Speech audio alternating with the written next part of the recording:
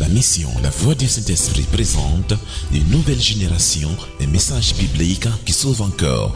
Nous prêchons Christ crucifié, mort et ressuscité par l'évangéliste Élie Patrice. Vous êtes fatigué de délivrances interminables. Vous voulez des vérités fortes de la parole de Dieu qui vont éclore et maximiser votre potentiel, vous aider à impacter votre génération, à réaliser vos rêves et à accomplir votre destinée. Voici des messages précieux qui changeront votre vie à jamais par l'évangéliste Élie Patrice du ministère d'Élie et de la mission La Voix du Saint-Esprit. L'évangéliste Élie Patrice est diplômé d'une licence Bible and Theology de Two Witness Ministries des États-Unis. Il a aussi un diplôme d'évangélisation et d'équipement de ministère de la Mission internationale d'évangélisation de France.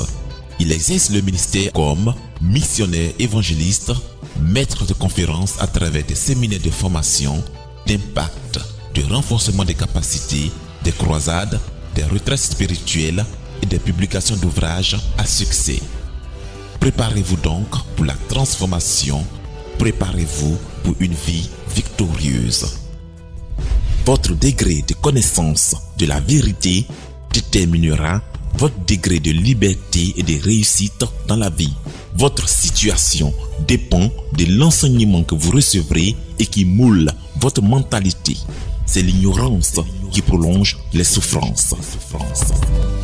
Je vous salue dans le précieux nom de notre Seigneur et Sauveur Jésus-Christ de Nazareth. Je suis dans la joie de vous retrouver sur cette chaîne bénie. Je voudrais rappeler le thème que nous avons abordé la semaine passée. Premièrement, nous avons vu les bénéfices du sacrifice de Jésus-Christ au niveau de son dos. Et nous avons dit que cela donc nous apportait une protection, une sécurité et changeait la maladie en guérison. Cela changeait les complots en bénédiction. Puis ensuite, le message qui a suivi a porté sur les bénéfices du sacrifice de Jésus-Christ au niveau de la sueur de son front qui a été changée en grumeaux de sang. Et là, nous avons simplement dit que Jésus a détruit, a brisé la malédiction de pénibilité qui était attachée au visage de tous les aspects de la vie de l'être humain à cause du péché. Puis, il a remplacé cela désormais par la faveur, pour que désormais ce soit la faveur et la grâce qui nous accompagnent. Aujourd'hui, nous allons aborder le thème suivant, les bénéfices du sacrifice de Jésus-Christ par la couronne d'épines qui a été posée sur sa tête, le sang qui en est sorti. Quels sont les bénéfices, n'est-ce pas, que nous avons? Comment est-ce que nous pouvons vivre avec ces bénéfices-là?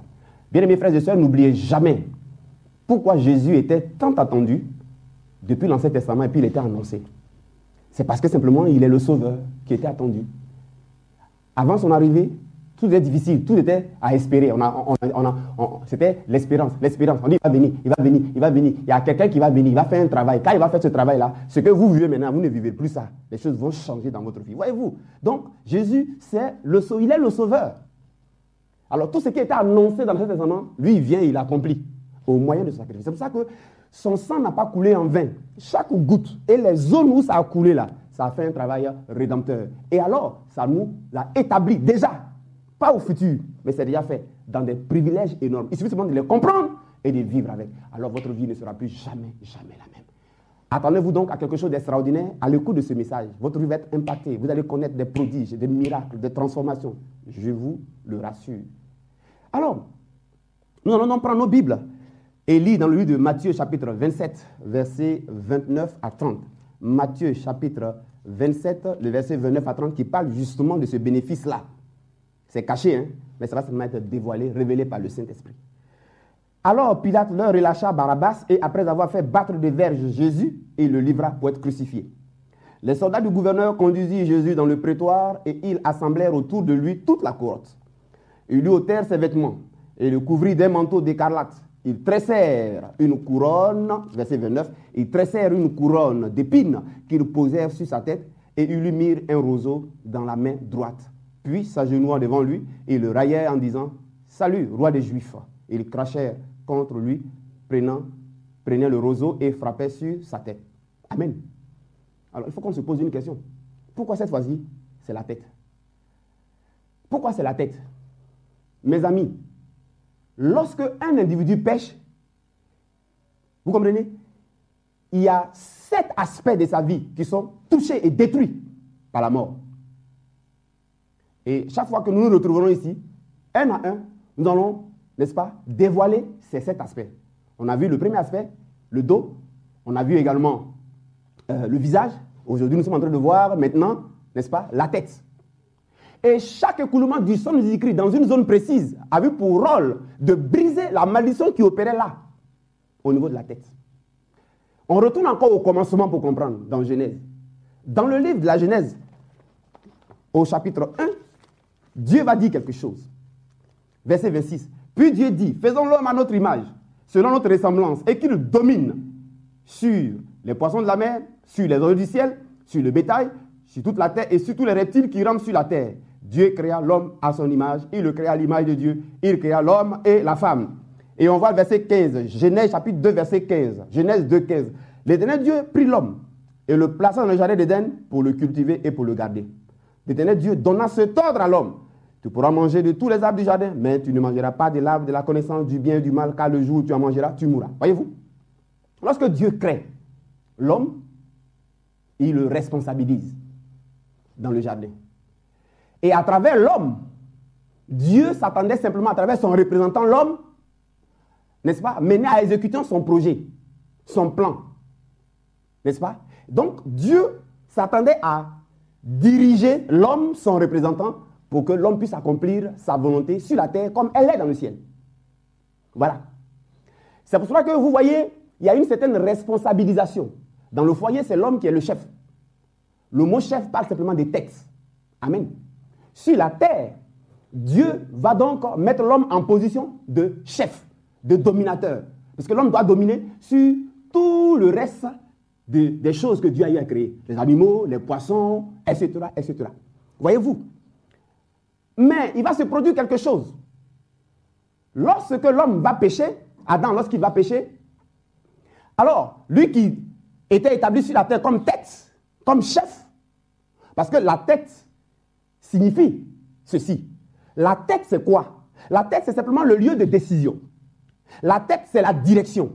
La tête, c'est l'orientation. La tête, c'est la domination. Dieu voulait exprimer sa domination sur la terre à travers l'homme, son agent, l'homme, son représentant.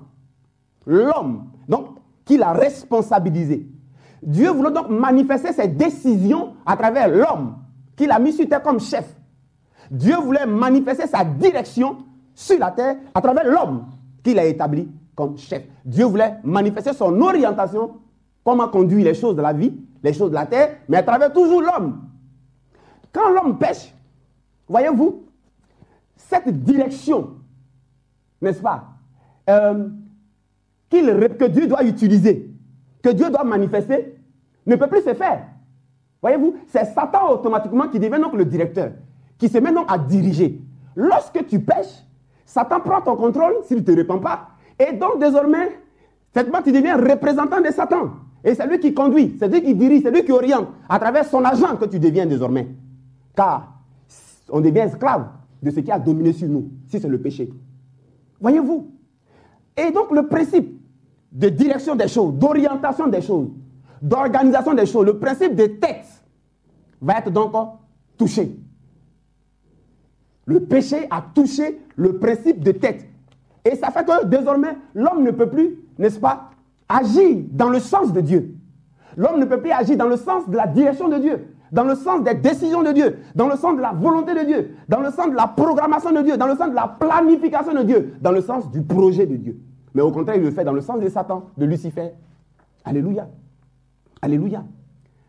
Et depuis cela, l'homme ne pouvait plus dominer. Oh, il est créé pour dominer, pour que Dieu manifeste sa domination, son empreinte. Regardez dans Genèse chapitre 3. L'homme qui était créé pour dominer, pour cultiver la terre, pour imprégner son impact, l'homme est plutôt maintenant dominé. Il est dominé, puisque les éléments de la nature ont commencé à se déchaîner, à se rebeller contre lui. Les animaux, les catastrophes naturelles. Et de plus en plus aujourd'hui, l'homme n'arrive plus à dominer. L'homme n'arrive plus à impacter. Le péché fait que tu ne peux pas impacter. Le péché fait que tu ne peux pas dominer. Le péché fait que tu ne peux pas recevoir de Dieu et conduire les choses et ta vie dans le sens de Dieu pour ta réussite, pour ton bonheur. Pourquoi? Parce que là où Dieu veut te diriger, qui est symbolisé par tête, qui est symbolisé par responsabilité, cela est contrôlé par le péché. Gloire à Dieu. Le principe des têtes donc est important. C'est pour ça que dans la Bible, nous voyons des vocables. Pour parler de tête, Dieu dit par exemple, le chef de mon peuple. Quand on dit le chef de mon peuple, ça parle simplement ici de tête. Le chef de mon peuple. Ou alors on dit, également il y a une autre expression, la tête est pourrie. Quand la tête est pourrie, voyez, la tête est pourrie. C'est-à-dire que le chef, le responsable qui conduit le peuple, là, voyez-vous, il ne marche plus selon les voies de Dieu. Donc il y avait donc une malédiction qui affectait la vie de quiconque pêche et est coupé de la relation avec Dieu. Une malédiction de quoi? D'assujettissement. L'homme désormais, par le péché, est assujetti. Il est dominé, il est contrôlé, il est manipulé par sa chair, par ses désirs, par ses passions, et il est également dominé et manipulé par les puissances des ténèbres. Au lieu de dominer, c'est lui qui est dominé. Voici ce qui se passait. Voici exactement ce qu'était la situation de ce monde. Quand on regarde le corps humain dans son organisation, voyez-vous, il y a quoi? Il y a l'esprit. Ensuite, il y a l'âme. Et puis, il y a le corps. Mais c'est l'esprit qui est positionné pour simplement conduire et entraîner l'âme et le corps dans le sens de Dieu, n'est-ce pas? Donc, l'esprit de l'homme reçoit de Dieu les directions. L'esprit de l'homme reçoit de Dieu les directions. Reçoit de Dieu les orientations. Reçoit de Dieu, n'est-ce pas, la direction. Et puis, s'engage. Voici le schéma originel au commencement. Mais le péché fait que l'esprit de l'homme entre dans ce qu'on appelle dans une mort spirituelle. Et donc, c'est le diable qui prend le contrôle avec la chair. Et c'est cette malédiction-là que Jésus est venu briser. Pour qu'à nouveau, l'homme redevienne l'instrument de Dieu. Alléluia. L'homme redevienne le canal de Dieu. L'homme redevienne l'agent de développement du projet du Créateur. Et là, sur cette croix, lorsqu'on lui a enfoncé, n'est-ce pas, déjà la couronne d'épines sur la tête avant de monter sur la croix, cette couronne d'épines s'est enfoncée dans sa chair, comme on l'a lu tout à l'heure dans ce passage. Et le sang a coulé. Ce sang qui a coulé va donc briser cette malédiction qui faisait que l'homme était désormais à la queue et ne pouvait plus être à la tête. L'homme alors était manipulé. L'homme était incapable, n'est-ce pas, d'être en contact avec Dieu, recevoir de l'Esprit de Dieu pour pouvoir avancer dans le sens que Dieu avait prévu pour lui. Le sang qui a coulé sur la tête de Jésus-Christ, j'ai une bonne nouvelle pour toi qui m'écoutes, a simplement brisé cette malédiction qui faisait que toi, tu étais dominé. Et puis, tu ne pouvais pas impacter. Et puis, ta vie ne pouvait pas impacter. Désormais, uni à Christ, ta vie peut désormais impacter. Alléluia. Ta vie peut désormais rayonner. La domination, le rang des têtes est ton rang. La position de queue est brisée. C'est pourquoi il le dit en Deutéronome 28, verset 13. Tu seras à la tête et non à la queue. Tu seras en haut et non en bas. Et la Bible, la version Chouraki, dit même, tu seras la tête. Cette version ne dit pas tu seras la tête. Tu seras à la tête. Mais cette version dit encore plus explicitement tu seras la tête. Ça veut dire quoi? La tête devient notre état. En Christ, être à la tête est notre état. Être à la tête, voyez-vous, est notre condition. Ce n'est pas possible. On ne peut plus être en bas. Ce n'est pas possible. On ne peut plus être en bas. Parce que Jésus-Christ a fait de nous une position de tête. Pour le faire, mes frères et sœurs, il va aller plus loin. Il va nous réunir tous, l'Église, en un seul corps qui est son corps. Alléluia. Nous sommes devenus le corps de Christ. Et lui, Christ, est notre tête. Nous prêchons Christ crucifié, mort et ressuscité par l'évangéliste Elie Patrice. Vous êtes fatigué de délivrances interminables. Vous voulez des vérités fortes de la parole de Dieu qui vont éclore et maximiser votre potentiel, vous aider à impacter votre génération, à réaliser vos rêves et à accomplir votre destinée. Voici des messages précieux qui changeront votre vie à jamais par l'évangéliste Elie Patrice du ministère d'Élie et de la mission La Foi du Saint-Esprit. L'évangéliste Eli Patrice est diplômé d'une licence Bible and Theology de Two Witness Ministries des États-Unis. Il a aussi un diplôme d'évangélisation et d'équipement de ministère de la Mission internationale d'évangélisation de France. Il exerce le ministère comme missionnaire évangéliste, maître de conférences à travers des séminaires de formation, d'impact, de renforcement des capacités, des croisades, des retraites spirituelles et des publications d'ouvrages à succès. Préparez-vous donc pour la transformation, préparez-vous pour une vie victorieuse.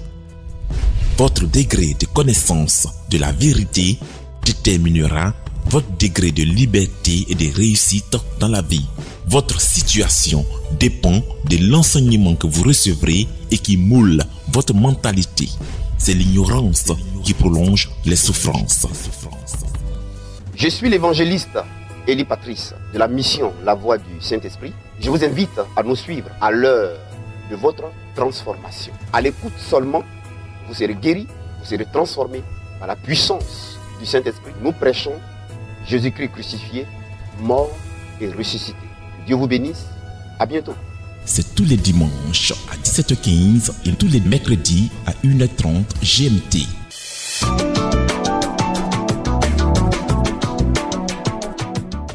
Jésus a dégagé Satan qui était devenu par mon péché, par ton péché, la tête de ta vie. Et il a dégagé Satan qui était devenu la tête de ta vie. Et il a dégagé l'échec qui était devenu la tête de ta vie. C'est pourquoi tu échouais. Et il a dégagé, alléluia, le non-accomplissement qui était devenu la tête de ta vie. C'est pourquoi ta vie ne s'accomplissait pas. Il a dégagé, alléluia, également le chômage qui était la tête de ta vie. L'irresponsabilité qui était la tête de ta vie. Le manque de vision qui était la tête de ta vie. Et il a remplacé par lui, Jésus-Christ en tant que la tête. Dans le livre de Colossiens, au chapitre 1, le verset 15, la Bible nous dit qu'il est cette tête-là. Il est la tête de l'Église. Oh, bien mes frères et sœurs qui m'écoutez partout dans le monde, nous, chrétiens, en tant que corps de Christ, nous avons une tête. Notre tête, c'est Jésus-Christ. Et en tant que notre tête, puisque la tête parle de l'orientation, puisque la tête signifie la direction, puisque la tête signifie le chemin, nous avons donc une tête qui connaît le chemin à suivre, le chemin qui aboutit, le chemin qui réussit, le chemin où on atteint notre Canaan, le chemin où on rentre dans nos faveurs, le chemin où on rentre dans nos bénédictions, le chemin où on rentre dans notre grâce. Pourquoi? Si c'était un homme qui était ta tête, il n'y avait pas d'espoir pour toi. Si c'était ton père qui était ta tête, il n'y avait pas d'espoir pour toi. Parce que, bien mes frères et sœurs, on a vu que la vulnérabilité frappe l'homme à cause du péché. Mais Jésus étant devenu notre tête, alléluia, désormais notre vie va aboutir. Ta vie va aboutir. Ta vie va aboutir. Nous sommes inscrits et nous sommes établis dans une vie qui aboutit toujours, qui réussit toujours. Et on le voit, des exemples bibliques le démontrent très clairement. Les Hébreux ont passé 430 ans d'esclavage en Égypte. Alléluia. Mais Dieu va se révéler un jour. Il dit, j'ai entendu le cri de mon peuple. Je suis descendu pour le libérer à bras puissants et étendus. Mais les 9 plaies n'ont pas libéré ce peuple-là. C'est la 10e plaie. La 10e plaie, c'était simplement la préfiguration du sacrifice de Jésus-Christ. Yoshua Hamashiach, la Pâque, Christ notre Pâque. Lorsque la 10e plaie qui a consisté à la mort d'un agneau sans défaut, à l'application de son sang au linteau des portes, la Bible dit, les premiers-nés de l'Égypte ont été tués. Et alors Pharaon lui-même a obligé le peuple de Dieu à sortir. Christ alors, qui était ici la tête de ce peuple-là, Christ en tant que sacrifice, Christ en tant qu'agneau de Dieu, Christ en tant que vie divine, était alors la tête de ce peuple. Dieu a pris les commandes de son corps et il a pris la tête de son peuple. Et alors, en tant que tête, il savait comment faire sortir le peuple. Il savait que c'était en tuant les premiers-nés. Dieu en tant que ta tête, il sait comment faire pour que tu te maries. Christ en tant que ta tête, Église, il sait comment tu vas faire pour aboutir. Il sait comment tu vas faire pour avancer. Il sait comment faire pour, n'est-ce pas, obtenir encore et encore et encore de lui, le meilleur de l'existence. Le peuple est sorti. Pharaon n'a jamais pensé que ce peuple-là allait sortir un jour. Le peuple est sorti. Ils arrivent dans le désert, ils ne comprennent pas que Christ est leur tête. Voilà Pharaon et son armée les poursuivent. Voilà la mer qui est fermée, qui est devant eux. Ils vont passer où? Et ils crient. Comme toi, tu es en train de crier. J'ai dépassé la ménopause. Comment je vais avoir un bébé? Je suis là longtemps, je n'ai pas de boulot. Comment je vais avoir le travail? Depuis on est fiancés, mon mari et mon époux et moi, mon fiancé et moi, il n'y a pas encore d'argent pour le mariage. Je suis malade, je ne suis pas encore guéri. Comment ça s'est fait? Comme Sarah, qui était avancée en âge. Et alors, elle a dit à la promesse de Dieu, elle a ri. Quand l'ange a dit, tu vas enfanter, elle dit, ange, tu es gentil. Monsieur l'ange, tu es gentil. Mais moi, il n'y a plus d'espoir pour moi. Mais Christ étant la tête, a trouvé comment frayer la mer rouge. Il sait où trouver le passage. La mer a été fondue. Les Hébreux sont passés. Il dit, mon peuple, est-ce que vous avez compris que je suis votre tête? Je suis à votre tête. Je suis votre capitaine. Alléluia. Dans le désert, ils n'ont rien compris. Ils crient, ils ont faim. On a faim, Moïse. On a soif, Moïse. On veut manger, Moïse. Dieu dit, mais vous n'avez pas compris que je suis votre tête? C'est moi qui vous ai fait sortir de l'Égypte. J'ai fendu la mer rouge. Est-ce qu'on passe dans la mer? Moi, j'ai fait de la mer boulevard. Vous êtes passé. Dans le désert, là, je suis votre tête. Je sais où se trouve la manne. Je sais où se trouvent les cailles. Je sais où se trouve le pain. Je sais où se trouve l'eau. Et il a frappé le rocher par Moïse. L'eau en est sortie. Je suis venu pour te dire, Christ est ta tête. Il y a de l'espoir pour toi. Christ est ta tête. Il y a encore de l'espoir pour toi. Ce n'est pas encore fini. Ne regarde pas ce que tes yeux te présentent. Ne regarde pas ce que tes yeux te présentent. La réalité n'est pas la vérité. Jésus-Christ n'a pas fini avec toi. Christ n'a pas encore fini avec toi parce qu'il est ta tête. À travers Josué, ils sont allés espionner Canaan par Moïse, sous l'ordre de Moïse. Ils reviennent. Ils disent, oh, les Cananéens, on est foutus, on est morts. On ne peut pas vaincre ce peuple. Ils ont oublié que c'est Jésus qui est à leur tête. Mais à travers Moïse, Josué, Christ va montrer la stratégie pour qu'ils puissent rentrer à Canaan. Ils ont fait le tour des murailles de Jéricho. 7e jour, muraille a pris des bains. Les murailles se sont écoulées et ils ont pu entrer. Alléluia. Ils ont loué un sorcier, Balaam, bien avant ça. Balaam va donc les maudire. Mais, étant donné que Christ est leur tête, il ne peut pas te maudire. Parce que c'est la tête qui reçoit la malédiction ou la bénédiction. Quand on maudit quelqu'un là, c'est sur la tête. Quand on bénit quelqu'un, c'est sur la tête. Regardez, dans le livre de Genèse au chapitre 49, Jacob bénissant ses 12 fils va dire quoi? Il dit la bénédiction de Joseph repose quoi? Sur le sommet de sa tête. Il a aussi écrit que l'huile coule sur la tête d'Aaron et mouille le reste des vêtements. C'est sur la tête que repose la bénédiction. En portant la couronne d'épines, le sang qui a coulé, ça a brisé la malédiction parentale qui était sur ta vie. Ça a brisé la malédiction des fondements qui étaient sur ta vie. Ça a brisé la malédiction des liens qui étaient sur ta vie. Désormais, tu n'es plus maudit, mais tu es béni. Tu as une source de bénédiction. Pourquoi? Parce que Christ est ta tête. Regardez, Christ est à notre tête. C'est lui qui porte notre onction. Il dit en Luc chapitre 4, versets 17 à 18, l'Esprit du Seigneur est sur moi. L'Esprit du Seigneur est sur moi, il m'a oint. Il m'a oint. Il m'a oint. Christ est notre tête, Église, qui porte une onction royale. Christ est notre tête, Église, qui porte une onction de prêtre, de sacrificateur. Christ est notre tête, qui porte l'onction prophétique. Et ça a brisé l'onction de consécration au fétiche. Ça ne nous gère plus.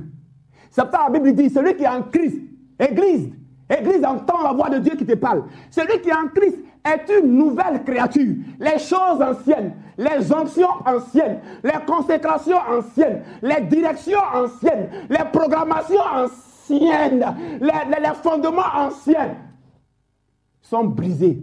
Tout est devenu nouveau. Toutes choses sont passées. Toutes choses sont devenues nouvelles. Les choses anciennes sont passées. Toutes choses sont devenues nouvelles. Celui qui est en Christ est une nouvelle créature. Quand j'ai compris cette révélation par le Saint-Esprit, je me suis écrié, Alléluia, j'accomplirai ma vision. Alléluia, j'accomplirai ma destinée. Alléluia, j'accomplirai mon but sur la terre. Alléluia, parce que j'ai une tête. Et tant que je suis membre du corps de Christ, et que Christ est ma tête, alors, il connaît le chemin où aboutir. Il connaît le chemin par où passer. Et regardez la tête. La tête porte 4 ou 5 organes. La tête porte les yeux. La tête porte le nez. La tête porte la bouche. Amen. Et la tête porte les oreilles. Les oreilles parlent de quoi? Entendement. Christ est notre tête Église qui reçoit la parole de Dieu, qui reçoit les directions de Dieu et qui nous les communique par son esprit. Il dit, tu entendras derrière toi une voix qui dira, voici le chemin, marche-y. Sa parole à notre pied, comme une lampe et une lumière sur notre sentier. Écoutez, nous recevrons toujours la parole qu'il faut, les conseils qu'il faut. Nous n'allons pas nous perdre. Nous n'allons pas faire fausse route. Et si nous faisons fausse route, nous reviendrons sur le droit chemin. Parce que Christ est notre tête, il est notre oreille. Mais également Christ est notre tête qui porte notre nez. Le nez pas de discernement. C'est par le nez qu'on flaire. Enfant de Dieu. C'est pour cela, quels que soient les projets de Satan, les projets de l'ennemi, tu peux dormir tranquille. Parce que Christ est ta tête qui porte ton discernement. Il t'amènera à discerner leurs complots. Il t'amènera à discerner leurs intrigues. Et la nuit alors, il te dira, lève-toi mon fils, au moment approprié, jeûne, au moment approprié, combat, au moment approprié, proclame, au moment approprié, décrète. Christ est notre tête qui porte notre discernement. Frère, c'est pour cela que l'apôtre Paul a dit, nous n'ignorons pas les desseins de l'ennemi, afin que Satan n'ait pas l'avantage chez nous. Christ est notre tête qui porte notre bouche. La bouche parle de quoi? La parole. Il est la parole. Il est la parole qui était au commencement avec Dieu et qui est Dieu. La parole qui ne retourne pas à Dieu sans effet. Frère, c'est pourquoi quand un chrétien s'élève au nom de Jésus-Christ, la parole de Dieu qui ne retourne pas à lui sans effet, ce qu'il interdit sur la terre est interdit dans les cieux. Et ce qu'il autorise est autorisé. Christ, enfin, est notre tête qui porte nos yeux. Les yeux pas de vision. Écoute-moi. Une vision opère dans ta vie. Une vision opère dans ta vie. Christ, ta tête, est la vision qui est imprimée dans ton cœur.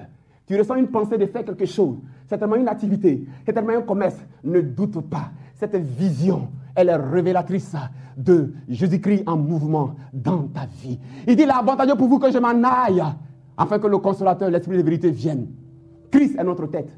Est-ce que, chrétiens, église dans le monde entier, nous pouvons encore nous inquiéter? Non. Nous aboutirons. Répète avec moi, j'aboutirai. Dis encore, je réussirai. Il faut dire, j'avancerai. Dis, je me réaliserai. Dis, je ne vais pas faire fausse route. Dis, même si j'ai fait fausse route, je vais retrouver le chemin. Dis, peu importe, si c'est Goliath, la stratégie pour le vaincre, Christ, ma tête, va me communiquer ça. Si c'est Pharaon, la stratégie pour sortir de là, Christ va me communiquer ça. Alléluia, alléluia. Si c'est un Balaam, la stratégie pour le vaincre, Christ va me révéler cela. Peuple de Dieu, levons-nous debout et proclamons notre identité. Désormais, s'il y a un obstacle, il y a une situation, ne pleure plus. Christ n'est pas mort cadeau. Son sang n'a pas coulé de sa tête cadeau. Il est en train de faire une œuvre rédemptrice. La malédiction est brisée dans ta vie. Alors sois en paix. Cherche maintenant à servir Dieu. Marche dans la crainte de ton Dieu. Et évite de regarder dans ton passé, dans tes ancêtres, dans tes parents. Tu n'es pas concerné. Tu n'es pas concerné. Tu n'es pas concerné. Ils ne sont plus la tête de ta vie. Ils ne sont plus la tête de ta vie. Même si ton père n'est pas président, même si ton père n'est pas ministre, peu importe les conditions de ta vie, tu réussiras. Parce que Christ est la tête de son église. Que Dieu vous bénisse. Vous pouvez nous joindre au contact qui passe au bas de l'écran, afin que nous puissions prier pour vous. Vous communiquer une parole de grâce.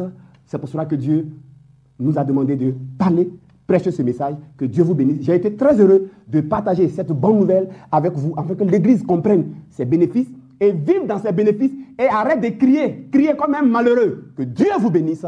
Amen. Vous avez besoin de savoir la vérité au sujet de ce que Jésus a déjà fait pour vous à la croix. Et lorsque vous la savez, demeurez dans la vérité comprise malgré les signes contraires. Restez dans cette vérité. Continuez de demeurer dans vos bénéfices du sacrifice de Jésus-Christ jusqu'à devenir un avec la vérité comprise. Désormais, parlez, pensez et priez sur cette base. Vivez avec, pensez tout avec. Alors, toute la création se mettra à travailler pour vous. Le bonheur et la grâce vous accompagneront alors tous les jours de votre vie. Si vous avez des questions spirituelles, des besoins de prière ou même si vous avez besoin de conseils spirituels, n'hésitez pas à nous contacter dès aujourd'hui à l'adresse suivante: l'évangéliste Élie Patrice, plus 225 le 22 42 31 36 ou le 57 34 64 25.